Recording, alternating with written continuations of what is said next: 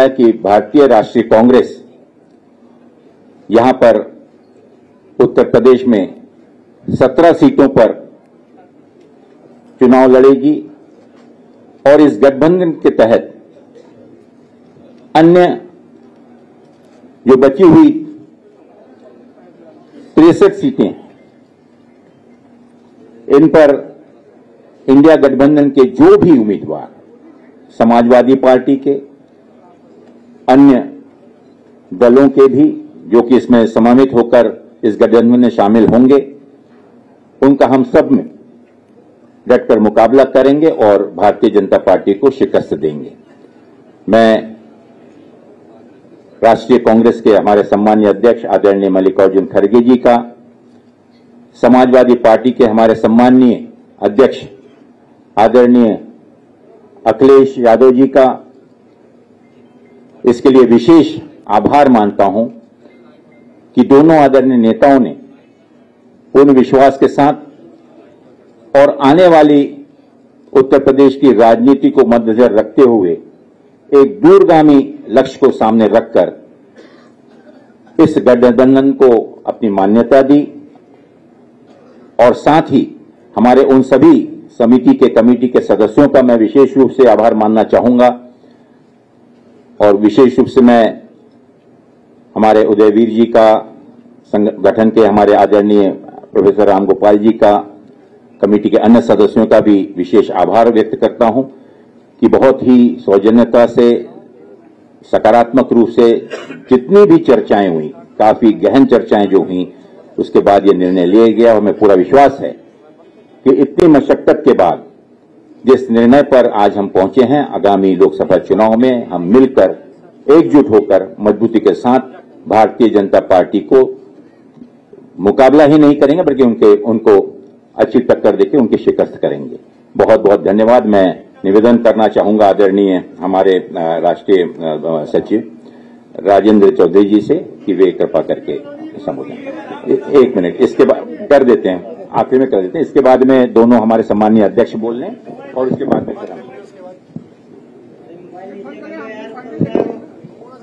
पत्रकार मित्रों, हालांकि हम लखनऊ में आप लोगों से बात कर रहे हैं,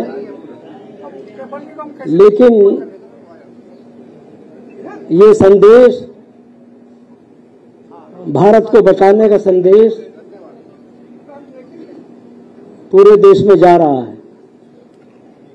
उत्तर प्रदेश में 80 लोकसभा की सीट है और ये शुरू से ही समाजवादी पार्टी के राष्ट्रीय अध्यक्ष श्री अखिलेश यादव जी ने बार बार कहा कि उत्तर प्रदेश से ही केंद्र में भाजपा की सरकार 2014 में आई थी और उत्तर प्रदेश से ही 2024 में भाजपा सत्ता के बाहर जाएगी।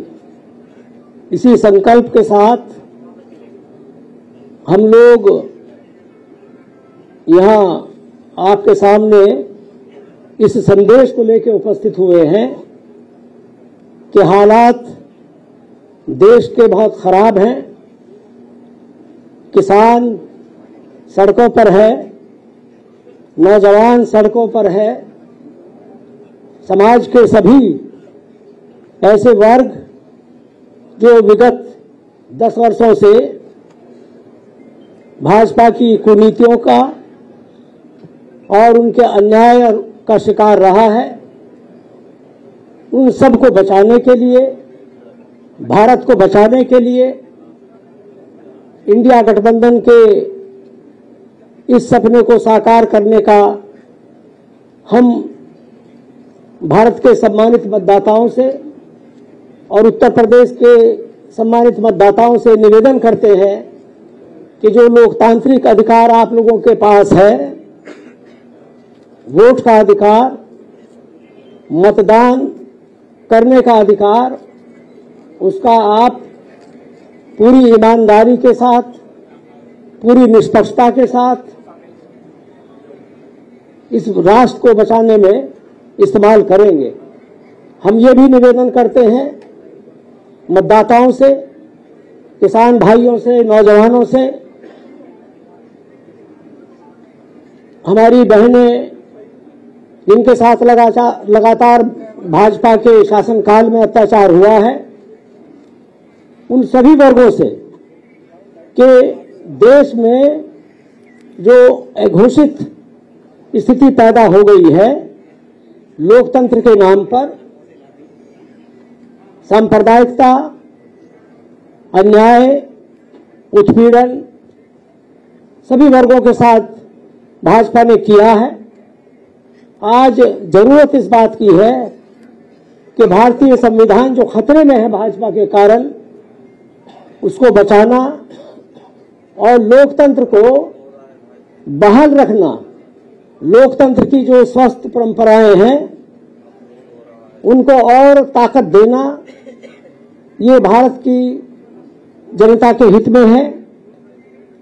हम समाजवादी पार्टी और कांग्रेस पार्टी के प्रतिनिधि जो यहाँ उपस्थित हैं, हमारे प्रदेश अध्यक्ष नरेश उत्तम पटेल जी, अविनाश पांडे जी, अजय राय जी, हम चारों लोग जो एक समझौता हुआ है श्री अखिलेश यादव जी और श्री खड़गे जी के बीच, उसकी घोषणा करने के लिए उपस्थित हुए हैं। हम मानते हैं कि ये इंडिया गठबंधन भाजपा को सत्ता से बाहर करने में सक्षम होगा और हम जनता को ये विश्वास दिलाते हैं कि इंडिया गठबंधन उनकी आकांक्षाओं पर खरा उतरेगा। हम लोकतांत्रिक व्यवस्था को मजबूत करेंगे।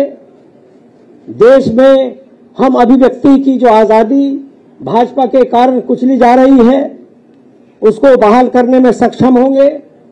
हम ये भी मानते हैं कि भारतीय जनता पार्टी ने जिस तरह से शासन किया है वो जनता की अपेक्षाओं पे खरा नहीं उतरा है, वादा खिलाफी है। जिस तरह के उन्होंने वादे किए, ठीक उसके विपरीत उन्होंने आचरण किया है। इसलिए हम ये घोषणा करते हैं कि इस 2024 के लोकसभा के चुनाव में समाजवादी पार्टी, कांग्रेस पार्टी और इंडिया गठबंधन मिलकर के देश को बचाने के लिए आपके सामने उपस्थित हैं। हम ये फिर दोहराते हैं कि हमें पूरा समर्थन मिलेगा, जनता का समर्थन मिलेगा, उन तमाम लोगों का समर्थन मिलेगा जो नौजवान आज सड़कों पर मारे मारे घूम रहे हैं रोजगार नौकरी के लिए। किसान अपने अन्याय के खिलाफ आंदोलित है। पूरे देश में जो घोर अंधकार है उसको दूर करने में ये गठबंधन सफल होगा, ये हम आशा करते हैं और ये कामना करते हैं और इसी की घोषणा करते हैं। साथियों, मैं इससे पहले कि हमारे आदरणीय समाजवादी पार्टी के सम्मानीय अध्यक्ष नरेश उत्तम पटेल जी कहूं आगे इसे संबोधित करने के, मैं एक चीज का जिक्र जरूर करना चाहूंगा और बहुत ही गर्व और विनम्रता के साथ कि इस गठबंधन के पीछे जो आदरणीय चौधरी जी ने जो भावना बतलाई और उन्हीं भावनाओं को लेकर जो इंडिया गठबंधन की स्थापना हुई, आज उन्हीं मुद्दों को लेकर माननीय राहुल गांधी जी ने जो देश में भारत जोड़ो यात्रा का जो अभियान शुरू किया है, जो संकल्प लेकर, उसका इस गठबंधन पर निश्चित रूप से एक बहुत ही सकारात्मक परिणाम मिला है। और विशेष रूप से उत्तर प्रदेश में मैं उल्लेख करना चाहूंगा माननीय प्रियंका गांधी जी का, जिन्होंने इस गठबंधन को सकारात्मक रूप से और इसे सही अंजाम तक पहुंचाने में एक बहुत ही अहम भूमिका अदा की। हम सभी, हमारे दोनों आदरणीय नेताओं का, आदरणीय राहुल जी का और विशेष रूप से आदरणीय प्रियंका जी का तहे दिल से इस चीज के लिए आभार व्यक्त करते हैं कि जिस लगन के साथ, जिस जिद के साथ ये संकल्प लेके कि इस बार उत्तर प्रदेश में किसी भी प्रकार से भारतीय जनता पार्टी के विरोध में सभी ताकतों को एक साथ लाने में जो भूमिका वो निभा रही हैं, हम सब उसकी सराहना करते हैं। मैं निवेदन करूंगा आदरणीय नरेश उत्तम पटेल जी से कि वे कृपा करके संबोधन करें।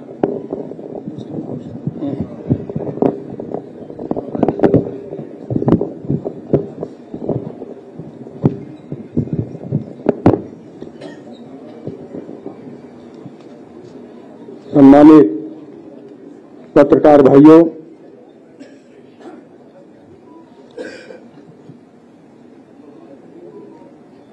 अभी भारतीय राष्ट्रीय कांग्रेस के राष्ट्रीय महासचिव आदरणीय अविनाश पांडे जी और समाजवादी पार्टी के मुख्य प्रवक्ता राष्ट्रीय सचिव आदरणीय राजेंद्र चौधरी जी, भारतीय राष्ट्रीय कांग्रेस के प्रदेश के अध्यक्ष आदरणीय अजय राज जी, श्री अविनाश चंद पांडे जी और राजेंद्र चौधरी जी द्वारा कही गई बात का मैं समर्थन करता हूं और समाजवादी पार्टी के राष्ट्रीय अध्यक्ष माननीय श्री अखिलेश यादव जी का और भारतीय राष्ट्रीय कांग्रेस के राष्ट्रीय अध्यक्ष खड़गे साहब का मैं धन्यवाद करता हूं कि उन्होंने उचित समय पर इस गठबंधन का आप सबके सामने गठबंधन के स्वरूप को रखा है, जिसको पूरा देश बहुत दिनों से आस लगाए बैठे था कि अगर भारत के लोकतंत्र को बचाने में, भारत के संविधान को बचाने में, भारत के धर्म निरपेक्ष स्वरूप को मजबूत करने में हमारे देश में जो राजनीतिक पार्टियां हैं वो किस तरीके का वातावरण तैयार करेंगे। माननीय श्री अखिलेश यादव जी ने, माननीय खड़गे जी ने एक अच्छा देश के लिए उदाहरण पेश किया है, जो जनता चाहती है कि हमारे देश में लोकतांत्रिक व्यवस्था को और संविधान के स्वरूप को अगर कोई कमजोर करेगा तो हम भारत की महान जनता को लेकर उससे डटकर मुकाबला करेंगे। आने वाले 2024 के लोकसभा चुनाव का बहुत समय कम रह गया और ऐसे समय में भारतीय राष्ट्रीय कांग्रेस और समाजवादी पार्टी मिलकर ये गठबंधन तय किया है और इस गठबंधन के माध्यम से देश में बढ़ती हुई महंगाई, देश में बढ़ता हुआ भ्रष्टाचार और देश में बढ़ती हुई बेरोजगारी, किसानों की अर्थव्यवस्था की कमजोरी, गरीब लोगों को लगातार परेशान करना, जो ताकतें कर रही हैं उनसे हम सब मिलकर 2024 के चुनाव में भारतीय राष्ट्रीय कांग्रेस और समाजवादी पार्टी मिलकर उसका डटकर मुकाबला करेगी। अभी आदरणीय पांडे जी ने, आदरणीय चौधरी साहब ने ये बात रखी है कि आने वाले समय में जिस गठबंधन के स्वरूप को, इस गठबंधन के प्रोग्राम को हमारे शीर्षस्थ नेता दोनों दलों के आगे के कार्यक्रम देंगे, मैं तो आपके सामने यही कहना चाहता हूं कि समाजवादी पार्टी सदैव देश में सामाजिक सौहार्द को, सामाजिक विषमता को, सामाजिक सौहार्द को मजबूत करने के लिए, सामाजिक विषमता को खत्म करने के लिए, आर्थिक विषमता को खत्म करने के लिए सतत प्रयत्नशील रही है। इसी कड़ी में समाजवादी पार्टी के राष्ट्रीय अध्यक्ष और समाजवादी पार्टी के हमारे सभी नेताओं ने यह प्रयास किया है कि हमारे देश में सामाजिक सद्भाव हो, हमारे देश में सामाजिक विषमता समाप्त हो, हमारे देश में आर्थिक विषमता समाप्त हो। इसलिए हम सब मिलकर उन ताकतों का मुकाबला करेंगे जो देश के लोकतांत्रिक स्वरूप को कमजोर कर रहे हैं। और समाजवादी पार्टी ने, भारतीय राष्ट्रीय कांग्रेस ने तय किया है कि उत्तर प्रदेश की 80 लोकसभा सीटों में भारतीय राष्ट्रीय कांग्रेस 17 सीटों पर चुनाव लड़ेगी और बाकी जो सीटें हैं 63 उत्तर प्रदेश में, वो समाजवादी पार्टी के राष्ट्रीय अध्यक्ष उन पर अपने प्रत्याशी उतारेंगे। और इसी के साथ साथ मध्य प्रदेश के चुनाव में भी समाजवादी पार्टी ने एक सीट खजुराहो पर चुनाव लड़ने की सहमति कांग्रेस से प्राप्त की है और बाकी सीटों पर मध्य प्रदेश में भारतीय राष्ट्रीय कांग्रेस के उम्मीदवारों को जिताने का काम करेगी। और उत्तर प्रदेश में 17 लोकसभा सीटें कांग्रेस के पास और 63 सीटें समाजवादी पार्टी के पास। हम मध्य प्रदेश में समाजवादी पार्टी के चुनाव चिन्ह से एक सीट पर लड़ेंगे, बाकी सीटों पर हम कांग्रेस के प्रत्याशियों का समर्थन करेंगे। और वहीं उत्तर प्रदेश में 17 सीटें कांग्रेस जो लड़ेगी, उसमें समाजवादी पार्टी उन 17 प्रत्याशियों को जिताने का काम करेगी। और इसी तरीके से भारतीय राष्ट्रीय कांग्रेस उत्तर प्रदेश में 63 लोकसभा क्षेत्रों में समाजवादी पार्टी के राष्ट्रीय अध्यक्ष जी द्वारा तय किए गए उम्मीदवारों को जिताने का प्रयास करेगी। मैं आपके सामने इंडिया गठबंधन के तहत जिन सीटों को सहमति बनी है, वो सीटें मैं आपके सामने प्रस्तुत करने जा रहा हूं।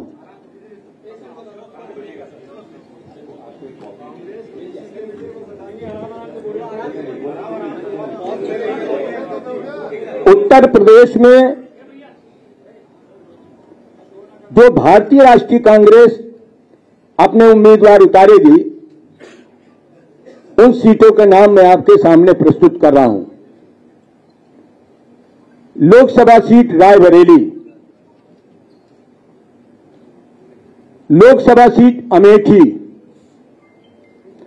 लोकसभा सीट कानपुर नगर, लोकसभा सीट फतेहपुर सीकरी, लोकसभा क्षेत्र बांसगांव, लोकसभा क्षेत्र सहारनपुर, लोकसभा क्षेत्र प्रयागराज, लोकसभा क्षेत्र महाराजगंज, लोकसभा क्षेत्र वाराणसी, लोकसभा क्षेत्र अमरोहा, लोकसभा क्षेत्र झांसी, लोकसभा क्षेत्र बुलंदशहर, लोकसभा क्षेत्र गाजियाबाद, लोकसभा क्षेत्र मथुरा, लोकसभा क्षेत्र सीतापुर, लोकसभा क्षेत्र बाराबंकी, लोकसभा क्षेत्र देवरिया।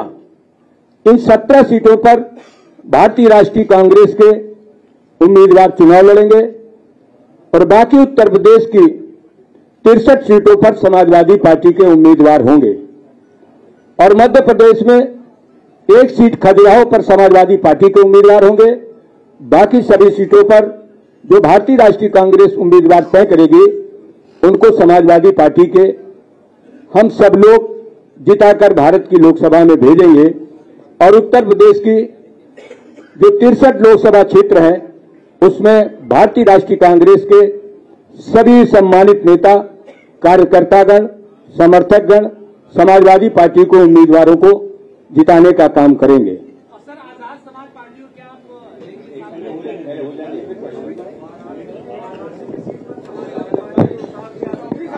आपके सभी के अगर कोई प्रश्न होंगे तो उसको हम उत्तर देंगे। एक बार औपचारिक हो जाएंगे।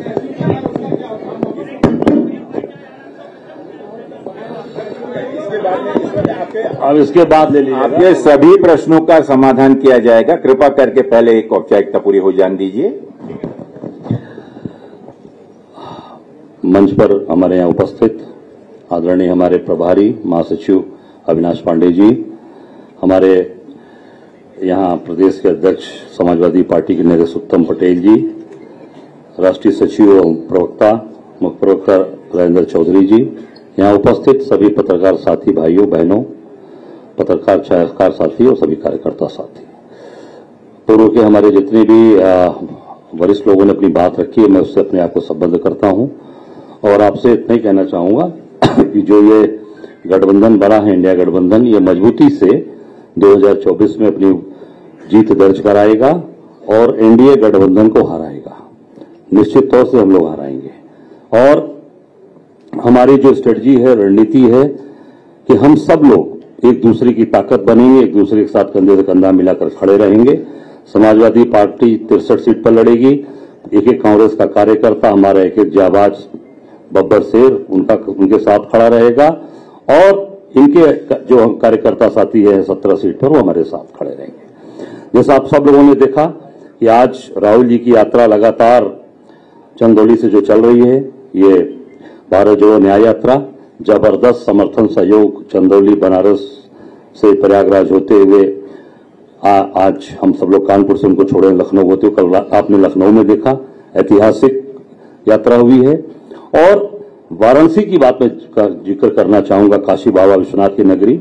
यात्रा के दौरान राहुल जी बाबा विश्वनाथ के दरबार में दर्शन करने गए और पहली बार ऐसा हुआ है, भाजपा के छोटे छोटे नेता भी जाते हैं, छोटे छोटे आरएसएस के उनके कार्यकर्ता भी जाते हैं, तो बाबा के दरबार की जो अंदर गर्भगृह की जो फोटो होते हैं वो इसलिए जारी होते हैं कि धार्मिक भावनाएं हमारी हैं, हम उसको अपने परिवार में, अपने घर में हम उस फोटो को हम टांगते हैं और हम सब लोग, पूरा परिवार उसको देखता है कि बाबा को हम जल ग्रहण करा रहे हैं और उनको हम उनका आशीर्वाद लेते हैं।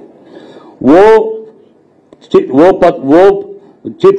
वो फोटो प्रशासन ने सरकार के दबाव में जानबूझकर जारी नहीं किया। और जहां तक मेरी जानकारी है, मैं स्पष्ट बता देना चाहता हूं, मेरे पास जो जानकारी आई कि सुबह मंगला आरती के बाद, विश्वनाथ जी के मंगला आरती के बाद से अंदर का गर्भगृह का सीसी फुटेज कैमरा ऑफ कर दिया गया था, बंद कर दिया गया था। यह सबसे बड़ी सुरक्षा की चूक है और बंद इसलिए कर दिया गया था कि अंदर से राहुल गांधी जी की कोई भी चित्र जारी न हो सके, कोई मिल न सके, इसलिए कि वो विश्वनाथ जी के भक्त हैं, बाबा के भक्त हैं और उनकी चित्र जारी न हो। इस तरीके की जो सोच है भाजपा और एनडीए गठबंधन की, मोदी जी की, मैं समझता हूं कि इसको सफल नहीं होने देगा। ये इंडिया गठबंधन जो आज ये समाजवादी पार्टी और कांग्रेस का गठबंधन बना है, निश्चित तौर से अत्याचार अन्याय के खिलाफ हम हर जगह लड़ेंगे। और जहां जहां भी राहुल जी की यात्रा गई, हर जगह paper leak, paper leak, paper leak, police की पेपर लीक। पता चला इलाहाबाद में लाठीचार्ज हुआ आज। और जो बच्चे सालों से तैयारी कर रहे हैं, गरीब परिवार के बच्चे, आज वो सालों से तैयारी करके कर्जा लेकर उनके पिताजी और उनको पढ़ा रहे हैं, लाखों लाख रुपया खर्चा करके राहुल जी से कर रहे हैं लोग। एक बच्चा तो आज कानपुर में रोने लगा हाथ पकड़ के उनका कि हम लोग तो बर्बाद हो गए। तो आज पीआरओ, एआरओ सबका पेपर लीक। तो पेपर लीक कहां से हो रही है? सरकार इस पर तत्काल कार्रवाई करे, उनको जेल भेजे। और मैं समझता हूं कि जो ये परीक्षाएं अभी हुई हैं, जो पेपर लीक हुआ है, इसको रद्द करना चाहिए। फिर से पुनः परीक्षा कराई जाए ताकि वो बच्चे, जो टैलेंटेड बच्चे हैं, उनका भविष्य अंधकार न हो सके। और ये इंडिया गठबंधन मजबूती से अपनी ताकत के साथ 2024 में इंडिया को हम हराएंगे, ये हम निश्चित तौर से पूरी तरीके से आपको विश्वास दिलाते हैं, प्रदेश और देश की जनता को विश्वास दिलाते हैं। हमारी नेता प्रियंका जी जिस तरीके से मेहनत कर रही हैं, लगी हैं, हम सबको उनकी ताकत, उनका बल मिला है और निश्चित तौर से हम उस ताकत और बल से आगे मजबूती के साथ प्रदेश की जनता और देश की जनता की सेवा कर पाएंगे। और जैसा हमारे अभी पूर्व के वक्ताओं ने, अभी समाजवादी पार्टी के प्रदेश अध्यक्ष ने कहा कि 17 सीट हमारी है, 17 सीट पे हम ताकत के साथ लड़ेंगे और निश्चित तौर से अपनी जीत कराएंगे। धन्यवाद।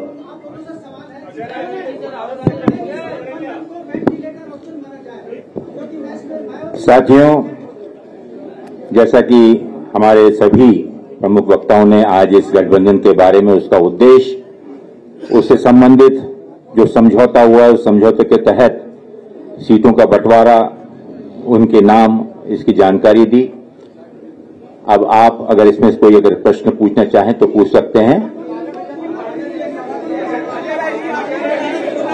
जी बोलिए, एक एक करके बोलिए, एक एक करके बोलिए। माइक दीजिए, माइक दीजिए। आज तक से आशीष। एक minute, one by one sir, one by one इधर से आ रहे हैं।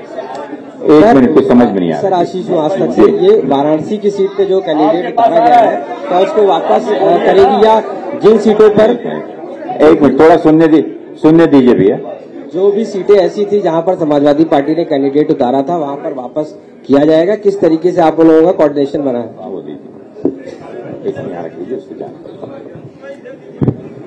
हाँ, जो सहमति हो गई है उस पर पूरी ईमानदारी से अमल होगा। तो हो गया, अंडरस्टूड है।